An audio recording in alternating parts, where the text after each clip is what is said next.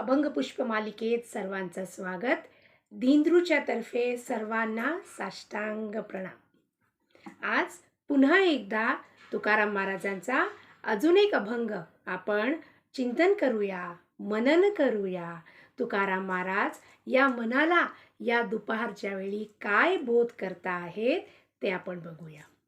घेई घेई माझे वाचे, गोड नाम विठोबाचे, डोळे तुम्ही ग्यारे सुख, पाहा विठोबाचे मुख. तुम्ही ऐका रे कान, माझ्या विठोबाचे गुण, मना तेथे धाव घेई, राहे विठोबाचे पायी. तुका म्हणे जीवा, नको सोडू या केशवा. तुकाराम महाराज काय म्हणतात या अभंगातून आपल्याला? घेई घेई माझे वाचे, हा जिव्हा जे वाणी दिलेली आहे ते गोड नाम विठोबा घेण्यासाठी आहे. जे इंद्रिय जे आपल्याला दिले, कर्मेंद्रिय दिलेले, ज्ञानेंद्रिय दिलेले आहेत, ते सर्व कशासाठी दिलेले आहे? तर एक देवाचे स्मरण करण्यासाठी, त्याचे श्रवण करण्यासाठी. डोळे तुम्ही घ्या रे सुख, पहा विठोबाचे मुख. बघा किती गोड सांगतायत तुकाराम महाराज आपल्याला, की त्या विठ्ठलाची मूर्ती पाहण्यासाठी हे डोळे दिलेले आहेत, नाहीतर प्रपंचाच्या ह्या त्या वस्तू बघण्यासाठी दिलेले नाही आहेत. प्रपंचिक ऐहिक सुख बघण्यासाठी नव्हे, हे ते जे नको ते पाहण्यासाठी ते हे डोळे दिलेले नाही आहेत, तर माझ्या विठोबाचे मुख सुंदर आहे ते ध्यान म्हणतात, ते बघण्यासाठी मला हे डोळे दिलेले आहेत. डोळ्यांना सांगता येते, बघा बघा माझे विठोबाचे मुख बघा. तुम्ही ऐका रे कान, माझ्या विठोबाचे गुण. जिथे कीर्तन चालू आहे, सत्संग चालू आहे, माझ्या विठोबाचे नाम घेत आहे, ते कानांना सांगतायत श्रवण करा रे. जा रे बाबा श्रवण कर, तिथे जाऊन बस सत्संगात आणि कीर्तन ऐक. तुकाराम आपल्या कानांनी ऐक विठोबाचे गुण कसे गाताय ते. पांडुरंगाचे कीर्तन, विठ्ठल नाम घोष कसा चालू आहे हे तू ऐक. मना तेथे धाव घेई, राहे विठोबाचे पायी. मन निरंतर इतर तिथे भटकत असतो, आता त्याला कुठे जायचंय तर विठोबाच्या पायी धावा घे रे तू. इथे तिथे धावू नकोस, सरळ जा आणि माझ्या विठोबाचे चरणांना पकड. मनाला सांगता येते पायी धर त्यांचे, तर तिथे जो सुख आहे ते सुख तुला प्रपंचात कुठेही मिळणार नाही. तुका म्हणे जीवा, नको सोडू या केशवा. जीवाला सांगतायत, जीवात्माला सांगतायत की तू बा एकदा त्या विठोबाला धरून ठेव, केशवाला धरून ठेव, तर कुठेही तुला त्याच्याशिवाय सुख नाही. सुख अमाप एका विठ्ठला चरणी आहे, एक विठ्ठलाच्या नामात आहे, विठ्ठलाच्या सगुण रूपात आहे, त्या मूर्तीत आहे.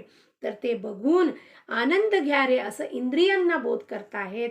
त्याचा अर्थ काय आहे? तात्पर्य सांगण्याचा आहे की मनुष्य जन्म जे आपल्याला दिलेला आहे ते अति दुर्लभ आहे. जंतूनाम नरजन्म दुर्लभम असं शंकराचार्य म्हणतात, की हा मनुष्य जन्म इतका जन्मांतरात आपल्याला मनुष्य जन्म मिळालेला आहे. तो कशासाठी मिळालेला आहे? की फक्त देवाचे स्मरण करण्यासाठी.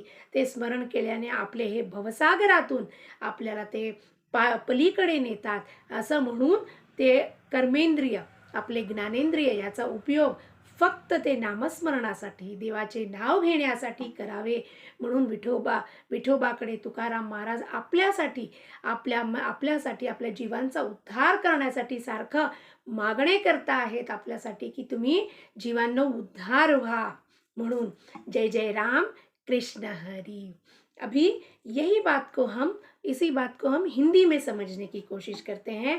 बहुत सारे लोगों को हिंदी में भी सुनना पसंद है, तो कहते हैं तुकाराम महाराज विठोबा से अब कहते हैं, अपने इंद्रियों से कहते हैं कि ले लो जिह्वा, तुम मेरे विठोबा के सुंदर मधुर नाम को ले लो. और आँखों से कहते हैं कि तुम सिर्फ मेरे विठोबा के मुख को देखो, विठोबा के सुंदर चेहरे को देखो. उस प्रसन्न चेहरे में जो दयापूर्ण है, करुणा से भरपूर है, मेरे विठोबा के मुख को देखो. कानों से कहते हैं तुम जाओ सत्संग में जाके श्रवण करो, और सुनो मेरे विठोबा के गुण को सुनो।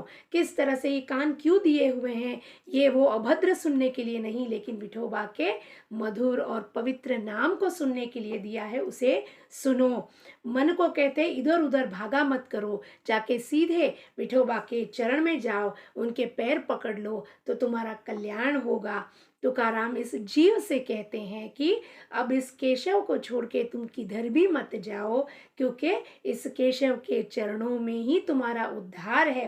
तुम उस परमात्मा से मिलने की सारी कोशिश पूरी हो जाएगी जब तुम उस केशव के चरणों में चले जाओगे, उनके चरण को अपने आलिंगन करोगे, उसे बिल्कुल टाइट, जैसे हम कहते हैं, पकड़ लेंगे और कभी उसके चरणों को छोड़ेंगे नहीं हम, ऐसा विश्वास तुकाराम महाराज हमको दिलाते हैं और कहते हैं कि एक बार जो आप उनके चरणों में चले गए तो आपकी सारी व्यथा, आपका जो दुख है, क्लेश है मन से, सब कुछ वो निकाल के बाहर फेंक देंगे और आपको वहाँ केवल आनंद ही आनंद होगा। इस अभंग के द्वारा तुकाराम महाराज हमारे मन को बोध कराते हैं, ये सभी कुछ उनके चरणों में, गुरु चरणों में समर्पित करते हुए। जय जय राम कृष्ण हरि। आपको अगर ये अच्छा लगे तो आप और सुनना चाहेंगे, आपके कमेंट्स जो भी हो आप लाइक करें, सब्सक्राइब करें। अच्छा लगे, नहीं अच्छा लगे तो भी बताएं, तो और से सुधारने की मैं ज़रूर कोशिश करूँगी। दीनद्रू की तरफ से प्रणाम, सभी को प्रणाम।